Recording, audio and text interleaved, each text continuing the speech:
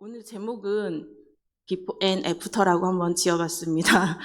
저희가 매월 마지막 주는 이렇게 팀즈 친구들을 위한 말씀을 전달하고 있어서 그런 우리 친구들이 좀 영어에 더 익숙하지 않나, 그러니까 영어가 주는 의미에 좀 더 익숙하지 않나 해서 비포 앤 애프터로 한번 제목을 지어봤는데요. 아마 비포 앤 애프터 영상이나 이런 사진들을 많이 보신 적이 있을 거예요. 우리 팀즈 친구들은 뭐 유튜브나 쇼츠, 뭐 틱톡에서도 많이 봤을 것이고, 아마 저랑 비슷하신 우리 연배의 성도님들은 뭐 신박한 정리, 막 이렇게 해서, 집을 리모델링 해주거나 살림을 정리해서 비교하는 그 전후 영상 등을 보면서 이렇게 많이 감탄하는 그런 적이 있으셨을 건데요. 낡고 허름했던 공간이 완전히 새롭고 멋진 공간이 되고, 또는 미처 정리하지 못했던 쓰레기 같은 그런 공간들이 정리를 통해서 새로운 곳으로 이렇게 변하는 것을 보면서 많은 사람들이 감동을 하고 이렇게 대리만족을 느낀다고 합니다. 또한 평생의 숙제인 이런 다이어트 비교 사진을 보면 마치 나도 오늘 할 수 있을 것 같은 느낌으로 도전해보지만 여전히 도전 중이라는 거. 그러나 우리는 이런 사진만 봐도 되게 짜릿함과 희열을 느끼는 것 같습니다. 그런데 오늘 성경에서 사도 바울은 인류 역사상 가장 위대하고 가장 짜릿한 비포 앤 애프터를 소개하고 있습니다. 바로 우리 육체의 영광스러운 부활을 말하고 있습니다.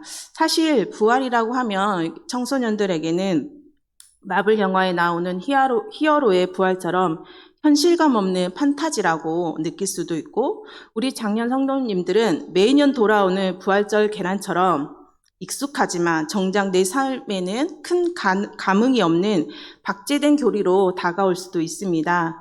오늘 하나님이 우리에게 주신 말씀을 통해 예수님의 부활이 우리에게 그리고 구체적으로 나에게 어떤 의미인지를 다시 한번 생각해보고 결단하는 시간이 되길 소망합니다. 원래 제가 설교할 때 본인이 있을 경우에는 애화를 될 수 있으면 하지 않으려고 하는데 오늘 불가피하게 저희 막내가 따라오게 되었어요. 그래서 오늘 이렇게 설교를 들으시고 나중에 이따가 식사하실 때 절대 물어보면 안 돼요. 자기 이야기 했다고. 집에서 혼나요. 네. 제가 왜 그러냐면, 지난주에 이제 저희 막내가 이렇게 친구들 4명하고 이렇게 이야기를 하고 있었어요. 여자애가 1명 있고, 남자애가 3명.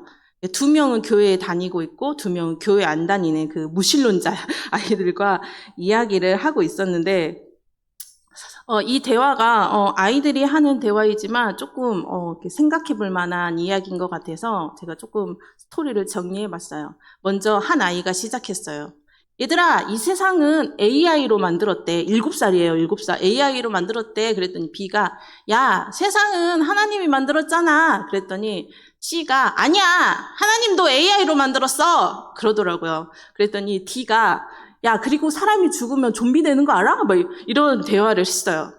그랬더니 A, B, C가 한꺼번에 야, 사람이 죽으면 어떻게 좀비가 되냐? 좀비는 가짜야. 막 이랬어요. 그랬더니 아닌데, D가 아닌데 우리 형아가 그 죽으면 이렇게 물렁물렁해지는 거 이렇게 되는 그런 거 된다고 했는데 그랬더니 갑자기 A, B, C 3명이 야, 진짜 사람이 죽으면 어떻게 될까? 하면서 이 이야기를 나누고 있는 거예요. 고작 7살밖에 안 된 애들이 이런 대화를 해요. 이렇게 수준 있는 대화를. 자, AI부터 죽음까지. 이런 이야기를 나눈다는 것 자체가 요즘 아이들이 굉장히 수준이 높아졌다는 것을 의미해요. 뭐, 노는 게 제일 좋아. 우리 민율이는 이렇게 놀았을 것 같은데, 요즘 아이들은 이런 이야기를 하더라고요. 그래서, 어린이는 미래의 희망이다라는 말, 그리고 우리의 미래가 매우 박탈하는 것을 느끼게 되었는데요. 한편으로는 이 엉뚱하고 진지한 아이들의 모습이 마치 오늘 이렇게 본문에 해당하는 고린도 교회의 교인들의 모습을 보는 것 같았습니다. 고린도전서는 사도 바울이 자신이 개척했던 고린도 교회에 보낸 편지입니다. 당시 고린도 교회는 세상의 화려한 문화에 물들어 온갖 문제, 분열, 음행, 소송, 예배, 무질서 등으로 몸살을 앓고 있었는데요. 바울이 이 문제들을 하나씩 짚어가면서 답을 해주는 흐름으로 이 고린도전서가 진행되고 있습니다. 간단히 줄거리를 짚어보면서 우리가 이야기를 나눠보도록 하겠습니다. 자, 1장과 4장에서는 교회 안에 대뜸 파벌 싸움이 난다고 우리 지난주 설교 시간에 들었죠. 나는 바울파다, 나는 아볼로파다, 나는 베드로파다. 쉽게 말하면 김종렬 집사님이 있으니까 나는 김종렬 안수 집사님 파다. 아니 나는 우리 여기 광고사님 파다. 됐어, 나는 목사님 파다. 이렇게 지금 파가 나눠진 거예요. 우리도 지금 파 나눠진 건가요? 그건 아니잖아요. 그죠? 이렇게 파가 나누어졌어요. 그랬더니 바울이 이것을 보고 예수님이 쪼개지셨습니까? 내가 여러분을 위해 십자가에 못 박혔나요? 라고 하면서 강하게 반문합니다. 우리를 구원한 건 세상의 똑똑한 지혜나 사역자의 능력이 아니라 오직 십자가의 능력입니다. 목회자나 지도자는 그저 하나님의 밭을 가는 일꾼일 뿐이니 사람 자랑하지 말고 오직 하나님만 바라보자고 권면합니다. 그랬더니 이제 또다시 문제가 드러납니다. 교회 안에 입에 담지 못할 음행이 번졌는데 교회가 방임하고 묵인하는 것이었습니다. 성도들끼리 재산 문제로 싸우고 세상 법정에 고소하는 일까지 벌어진 것입니다. 바울은 단호하게 꾸짖습니다. 우리의 몸은 성령님이 거하시는 거룩한 성전입니다. 세상의 기준보다 더 거룩해야 할 교회가 세상의 판단을 받아서야 되겠냐며 죄를 멀리하고 몸으로 하나님께 영광을 돌리라고 외치고 있습니다. 그래서 7장과 10장에서는 고린도 교인들이 질문했던 결혼 문제와 우상 제물을 먹어도 되는가에 답하고 있습니다. 우리가 매일 묵상 말씀으로 이미 알고 계시겠지만 당시 로마 시대에는 우상에게 제물로 바친 고기를 시장에 내다 팔았다고 합니다. 고린도 교인들 중에는 일부는 개의치 않고 당당하게 그 고기를 사 먹기도 했지만 또 일부 사람들은 이것을 불경하게 여겼다고 합니다. 바울은 시장에서 파는 그 고기 그리고 우상은 아무것도 아니라고 그냥 먹어도 된다라고 대답합니다.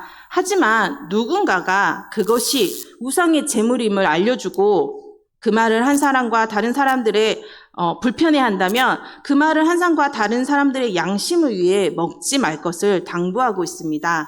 내가 누릴 자유가 있어도 이웃을 실족하지 않게 하는 것이 진짜 기독교인의 사랑이라고 가르치면서 이 모든 것은 사랑이 없으면 그냥 시끄러운 소음일 뿐이라고 전합니다. 성령의 은사를 받은 사람들이 예배 중에 서로 방언하고 예배하겠다며 예배를 엉망진창으로 만드는 것, 성찬식에서는 부자들이 먼저 와서 음식을 다 먹어 치우는 바람에 늦게 온 가난한 이들이 굶는 모습을 보고 고린도전서 13장, 즉 사랑장을 통해서 이렇게 말합니다. 천사의 말을 하고 대단한 은사가 있어도 사랑이 없으면 시끄러운 꽹과리에 불과합니다. 우리는 그리스도 안에서 한 몸이니 모든 은사는 교회의 덕을 세우기 위해 질서 있게 사용해야 한다고 당부하는 것입니다. 당시 고린도는 두 개의 큰 항구를 낀 로마 제국에서도 손꼽히는 거대한 상업 도시였습니다. 사방에서 돈 냄새를 맡고 사람들이 몰려들었고 물질적인 풍요와 성적 타락 그리고 눈앞에 즐거움이 가득한 욕망의 도시 그 자체였습니다. 이러한 세상 문화에 물들다 보니 고린도 교인들의 신앙도 병들기 시작했습니다. 그들은 눈에 보이지 않는 장차 올 미래의 소망, 즉 부활과 하나님 나라 바라보기를 포기했고 대신 지금 당장 눈앞에 보이는 현실의 복과 성공, 그리고 남들에게 자랑할 수 있는 신비한 영적 체험과 은사에만 무섭게 집착하기 시작했습니다. 신앙이 철저히 나 중심, 현실 중심으로 변질되었습니다. 내가 지금 이 땅에서 잘 먹고 잘 살고 대접받는 게 최고가 되어버린 것입니다. 그러니 교회 안에서 서로 내가 더 잘났다며 파벌 싸움을 벌이고 내 몸인데 내 마음대로 즐기면 어떠냐면 도덕적인 타락으로 이어지게 된 것입니다. 바울이 고린도전서 15장이라는 긴 지면을 할애해 부활을 외친 이유가 바로 여기에 있습니다. 바울은 부활의 소망을 잃어버렸기에 당신들의 삶이 그렇게 무너진 것입니다라고 강력하게 경고하고 있습니다. 고린도 교회 안에서는 죽은 자의 부활은 없다고 주장하는 이들이 많았습니다. 한마디로 요약하면 죽은 사람이 어떻게 다시 살아나지? 하는 의문이었습니다. 오늘 바울은 바로 그 질문을 던지는 사람들에게 아주 명쾌하고 또 유쾌하게 부활의 비밀을 풀어줍니다. 우리가 오늘 본문을 깊이 이해하려면 당시 이 편지를 받았던 1세기 고린도라는 도시의 배경을 조금 더 알 필요가 있는데요. 당시 고린도는 그리스 철학, 특히 플라톤주의의 영향을 깊이 받은 도시였습니다. 이 사람들의 생각은 굉장히 심플했습니다. 영혼은 깨끗하고 신성한 거지만 육체는 영혼을 가두는 감옥이자 썩어 없어질 더러운 것이라고 생각했습니다. 그러니 고린도 사람들에게 예수님이 육체로 다시 살아나신다고 다시 살아나신다는 바울의 이런 말들은 정말 세련되지 못한 아주 미개한 소리로 들렸던 것입니다. 영혼이 구원받아 천국에 가면 끝이지. 왜 그 거추장스럽고 썩어질 몸을 다시 입는 거야? 사람이 죽는 나이가 다 다른데 죽은 사람은 도대체 몇 살로 부활하는 거야? 건강하게 살다가 다시 그 몸으로 부활하면 다행인데 병든 사람이 죽었다가 다시 부활할 때 그 사람은 다시 병드나? 고린도 사람들에게 부활은 그다지 매력적이지 않은 교리였던 것입니다. 그래서 오늘 본문 35절은 그들의 비아냥거리는 질문으로 사실 시작하고 있습니다. 누가 묻기를 죽은 자들이 어떻게 다시 살아나며 어떠한 몸으로 오느냐 하리니 이 질문 속에는 에이 말도 안 돼. 화장해서 재가 되거나 흙 속에서 썩어질 몸이 어떻게 다시 합쳐져서 사람이 된다는 거야? 이에 대해 바울은 36절에서 아주 직설적인 헬라어로 고린도 교회를 책망하고 있습니다. 원어를 보면 아프론이라는 단어를 쓰는데 이는 어리석은 자여, 철부지 같은 자여라는 뜻입니다. 요즘 청소년들이 흔히 철없고 유치하게 행동하는 사람들을 가리켜 무엇이라고 할까요? 잼민이라고 합니다. 잼민이. 그리고 넌 진짜 답이 없다 해서 노답이라는 표현을 쓰는데요. 바울은 지금 고린도 교회를 향해 너희의 생각은 영적 노답이야 라고 지금 질책하고 있는 것입니다. 나이는 어른인데 영적으로는 여전히 철없는 아이구나 라는 뜻입니다. 바울은 왜 이렇게 단호하게 고린도 교회를 책망했을까요? 여기서 이해를 돕기 위해 애화를 하나 소개했습니다. 어떤 도시 소년이 시골 할머니 댁에 놀러 갔습니다. 할머니가 소년에게 아주 작고 먼지 투성이에다가 쭈글쭈글하고 못생긴 작은 덩어리 하나를 보여주면서 이렇게 말씀하셨습니다. 얘야, 이게 뭔지 아니? 이게 아주 눈부시게 아름답고 향기로운 생명체란다. 아이가 보기에는 그저 그랬습니다. 그러나 할머니는 그걸 땅에 파묻고 물을 주기 시작했습니다. 소년이 볼 때는 땅에 묻어 없애는 것 같이 보였습니다. 그러나 몇 달 뒤 소년이 다시 시골에 내려왔을 때 깜짝 놀랐습니다.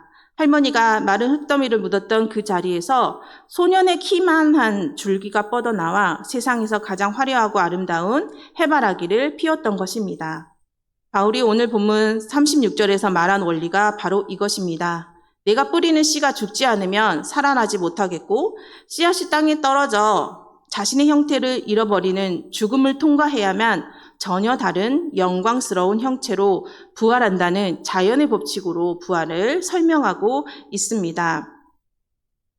사도 바울은 고린도전서 15장 42절에서 그리고 44절을 통해 씨앗이 땅에 묻혀 죽은 뒤 전혀 다른 새로운 생명으로 피어나는 자연의 원리를 인간의 신체적 죽음과 부활의 신비에 그대로 대입하여 설명하고 있습니다.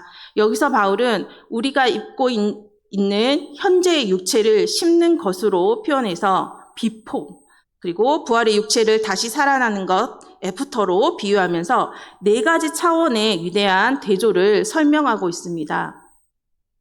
글씨가 비포 애프터가 좀 찢어졌어요. 나눠졌어요. 자, 사이로 잘 보시면 되겠습니다. 자, 맨 위에 볼을 보면 우리가 살아가고 있는 현재의 몸은 시간의 흐름에 따라 늙고 병들고 결국에는 죽어 흙으로 돌아갈 수밖에 없는 썩을 것입니다. 이는 마치 땅에 심기는 씨앗의 겉껍질이 썩어 없어지는 것과 같습니다. 그러나 부활할 때의 몸은 시간과 질병, 죽음의 지배를 받지 않고 영원히 존재할 썩지 아니할 것으로 다시 살아나게 된다는 것입니다. 또한 두 번째, 죄와 한계로 얼룩진 인간의 육체는 죽음 앞에서 무력하고 비참한 모습을 보입니다. 바울은 이를 욕된 것, 수치스럽고 가치 없는 것으로 심는다고 표현합니다. 하지만 부활할 때의 몸, 애프터는 하나님의 신성한 빛과 아름다움을 덧입는 영광스러운 것으로 변화되어 더 이상 죄와 수치에 매이지 않는 존귀한 상태가 되는 것입니다. 현재의 육체는 작은 바이러스나 정신적인 충격, 물리적인 타격에도 쉽게 무너지는 아주 약한 것입니다. 죽음 그 자체도 인간의 극심한 무력함을 드러내고 있는데요. 그러나 부활의 몸은 어떠한 외부의 고통이나 방해에도 굴하지 않고 하나님의 뜻을 온전히 행할 수 있는 지치지 않는 강한 것으로 다시 살아난다고 합니다. 마지막으로 바울은 이 모든 대조를 종합하여 현재 우리가 입은 몸은 이 땅의 물질 세계와 생물학적 법칙에 속한 육의 몸이라고 말하고 있습니다. 반면 부활을 통해 입게 될 몸은 성령의 지배를 받으며 하늘의 신령한 차원에 속한 신령한 몸이 됩니다. 이는 단순히 유령 같은 영적인 존재가 된다는 뜻이 아니라 육체의 한계를 초월하여 완전히 새로운 차원으로 변화된 신령한 육체를 갖게 되는 것을 의미합니다. 헬라어로 육의 몸은 소마푸시키콘이라고 합니다. 아담으로부터 물려받은 이 땅의 죄와 한계, 죽음에 지배받는 생물학적인 몸을 의미하고 있고요. 청소년 여러분들이 밤새 게임을 하면서 다음날 충혈되고 지치고 피곤한 그런 몸, 그리고 작년 성도님들이 세월이 흐르며 무릎이 아프고 오십견이 오는 그런 제한된 몸이 바로 육의 몸이라고 합니다. 그러나 성경에서 말하는 신령한 몸은 소마푸뉴마티콘이라고 하는데요. 많은 사람들이 이 단어를 보고 유령이나 영혼처럼 흐물흐물하고 물렁물렁한 존재가 되는구나 라고 오해합니다. 그래서 요즘 시대 아이들은 그것을 이제 좀비라고 하는데요. 여기서 여기에서 이 소마는 분명한 구체적인 몸, 육체를 뜻하기는 합니다. 하지만 그 몸을 움직이는 원동력이 다릅니다. 세상의 숨이 아니라 성령이라는 뜻입니다. 즉 시공간의 제약과 질병, 부패와 죽음에 더 이상 지배받지 않는 완전히 업그레이드된 찬란한 실체적 육체를 의미하고 있습니다. 예수님이 부활하셨을 때를 한번 기억해 보도록 하겠습니다. 유령이 아니셨습니다. 제자들과 함께 생선을 구워두셨고 도마에게 못 자국난 손을 만져보라고 하셨습니다. 만질 수 있는 실제 몸이셨습니다. 그러면서도 닫힌 문을 통과하시는 시공간을 초월한 신령한 몸이었습니다. 우리가 입게 될 부활의 몸이 바로 이런 몸이라는 것입니다. 그렇다면 이 위대한 부활의 복음이 오늘을 살아가는 우리 청소년들과 장년 성도님들에게 어떤 의미가 있을까요? 51절에서 바울은 마지막 나팔 소리에 우리가 순식간에 변화될 것이라고 선포하고 있습니다. 그리고 이 모든 메시지의 결론을 오늘 본문 말씀인 58절에서 이렇게 맺습니다. 우리 오늘 말씀 고린도전서 15장 58절 말씀 한번 같이 읽어볼까요? 시작. 그러므로 내 사랑하는 형제들아 견실하며 흔들리지 말고 항상 주의 일에 더욱 힘쓰는 자들이 되라. 이는 너희 수고가 주 안에서 헛되질 않을 줄 암이라. 자, 개역 개정으로 한번 다시 읽어보도록 하겠습니다. 화면 보고 시작. 그러므로 내 사랑하는 형제들아 견실하며 죄송합니다. 시작. 그러므로 나의 사랑하는 형제 자매 여러분, 굳게 서서 흔들리지 말고 주님의 일을 더욱 많이 하십시오. 여러분이 아는 대로 여러분의 수고는 주 안에서 헛되지 않습니다. 네, 새 번역입니다. 새 번역으로 보면 조금 더 우리에게 와닿는 깊이가 있는데요. 요즘 세상은요, 온통 외모, 성적, 금수저, 흙수저, 요즘 또 플라스틱 수저도 나왔다고 하는데요. 이런 수저로 계급으로 사람을 평가합니다. 이번 생은 망했어. 그걸 줄여서 아이들은 이생망이라고 합니다. 그럼 시험이 망했어. 그러면 뭐래요? 희망인가요? 네, 이렇게 장난스럽게 자기를 위로한다 생각하고 말을 하지만 사실은 콤플렉스죠. 예, 외모 콤플렉스 때문에 힘들어하고 남들과 비교하며 낙심하기도 합니다. 하지만 우리 친구들이 기억했으면 좋겠습니다. 여러분의 지금의 몸과 조건은 최종 완성본이 아닙니다. 하나님은 여러분이라는 가치 있는 씨앗을 이 땅에 심으셨고 장차 비교할 수 없이 찬란한 모습으로 꽃 피우실 것입니다. 그러니 세상의 기준에 흔들리지 마십시오. 지금 공부하고 친구를 돕고 주님을 위해 드리는 작은 눈물과 수고는 결코 헛되지 않는다는 것입니다. 왜냐하면 부활의 주님이 여러분의 미래를 책임지실 것입니다.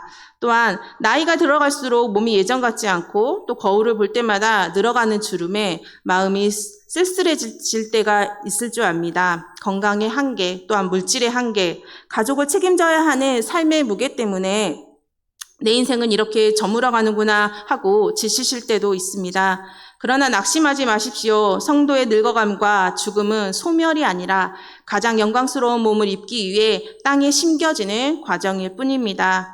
우리가 주님의 교회를 위해, 가정을 위해, 믿음의 유산을 다음 세대에게 물려주기 위해 흘리는 눈물의 열심과 헌신은 하늘나라에서 결코 썩지 않고 영원한 영광으로 다시 살아날 것입니다. 이제 말씀을 맺으려고 합니다. 사망은 오랫동안 인류를 위협하며 너희가 아무리 발버둥 쳐봐야 결국 죽어서 흙으로 돌아갈 뿐이야 라고 우리를 조롱했습니다. 그러나 예수 그리스도께서 부활하셨기에 우리는 더 이상 사망을 두려워하지 않습니다. 바울의 선포처럼 사망의 권세는 완전히 무너졌습니다. 우리는 패배자가 아닙니다. 우리는 이미 승리가 보장된 싸움을 싸우고 있는 사람들입니다. 지난주 목요일에 월드컵 경기가 있었는데요. 아마 보셨던 분들도 있고 나중에 이렇게 소식으로 들었을 분들도 계실 것입니다. 저도 엄청 조마조마하면서 봤는데 경기가 썩 재밌지 않았습니다. 왜 재밌지 않았어요? 졌어요. 예, 졌어요. 만약에 축구 경기를 볼 때 이미 우리 팀이 5대0으로 이기고 있는 녹화 방송을 보고 있다면 중간에 아무리 상대 팀이 거치게 공격해도 제가 잠깐 빨래를 하러 갔다 와도 궁금하지도 불안하지도 않았을 것입니다. 왜? 어차피 이기고 있는 게임이니까요. 우리의 인생도 마찬가지입니다. 예수님이 부활하셨고 우리도 부활한 것이기에 우리 인생의 결론은 이미 해피엔딩으로 결정되었습니다. 우리 함께 선포하겠습니다. 여기 보시고 시작! 내 인생은 부활하신 예수님 때문에 해피엔딩입니다. 다시 한번 할까요? 시작! 내 인생은 부활하신 예수님 때문에 해피엔딩입니다. 지금 해피하십니까? 네, 우리 옆 친구에게 한번 물어봐 주세요. 해피하냐고. 예수님 때문에 행복하십니까? 이렇게 물어봐 주세요. 자, 행복은 합니다. 행복은 합니다. 근데 누구 때문에 행복하냐가 우리 믿는 사람에게는 중요한 것 같아요. 제가 제철에서 이렇게 우연히 가다가 네이크로버 2개를 진짜 뽑았어요. 딱 봤는데 2개가 딱 있어서 딱 뽑았는데 너무 기분이 좋았어요. 40평생 살면서 처음 있는 일이었었거든요. 그래서 하나를 옆에 계신 권사님께 드리고 하나를 제가 진짜 집에 가서 완전 예쁘게 잘 보관해야지 하고 진짜 잘 뒀는데 잊어버렸어요. 어디다 뒀는지를 몰라요. 근데 그게 일주일 동안 생각이 나더라고요. 세이크로바는 행복이지만 네이크로바는 행운이잖아요. 그러니까 이 행운 누구에게 주고 싶어서 우리 딸에게 줘야지 막 이렇게 생각하고 있었는데 이걸 잊어버리니까 제가 사실 그 다음 주에 또 갔어요. 제철 길도 잘 모르는데 그냥 느낌으로 갔던 길을 찾아서 갔습니다. 누가 그러더라고요. 한번 뽑았던 곳에 잘 나타난대요. 그래서 분명히 옆에 또 있을 거야 하고 이제 갔는데 찾았을까요? 못 찾았을까요? 찾았을까요? 못 찾았을까요? 찾았어요. 못 찾았어. 없어. 그러면서 가만히 생각해보니까 다 세이크로바예요. 다 세이크로바. 세이크로바의 뜻이 뭐라고요? 행복이래요, 행복. 그러니까 행복이 이렇게 많은데 고작 그 2개 행운을 찾아가지고 저는 누리려고 했던 거예요. 자, 우리가 행복합니다. 옆에 있는 분들 때문에 행복하고 우리 교회 때문에 행복하고 엄마 때문에 아빠 때문에 행복하고 모든 가족 때문에 행복한데 이 행복에 진짜 주인공이 누구신지, 이 행복을 주시는 분이 누구신지를 우리가 생각해야 될 것 같아요. 그래서 우리 옆에 있는 친구한테 너 예수님 때문에 행복하냐라고 한번 물어봐 주세요. 시작. 네. 우리가 예수님 때문에 부활하신 예수님 또한 부활하신 그 예수님 때문에 행복한 삶을 살아내는 우리 만나교회 식구들이 됐으면 좋겠습니다. 이번 한 주간 세상 가운데서 당당하게 살아내시는 우리 만나교회 가족분들 되셨으면 좋겠습니다. 낙심치 말고 견실하며 흔들리지 않으셨으면 좋겠습니다. 주 안에서 행하는 여러분의 모든 수고는 단 하나도 헛되지 않습니다. 이 찬란한 부활의 영광이 오늘 예배하는 모든 심령 위에 가득하기를 주님의 이름으로 축원합니다. 기도하겠습니다.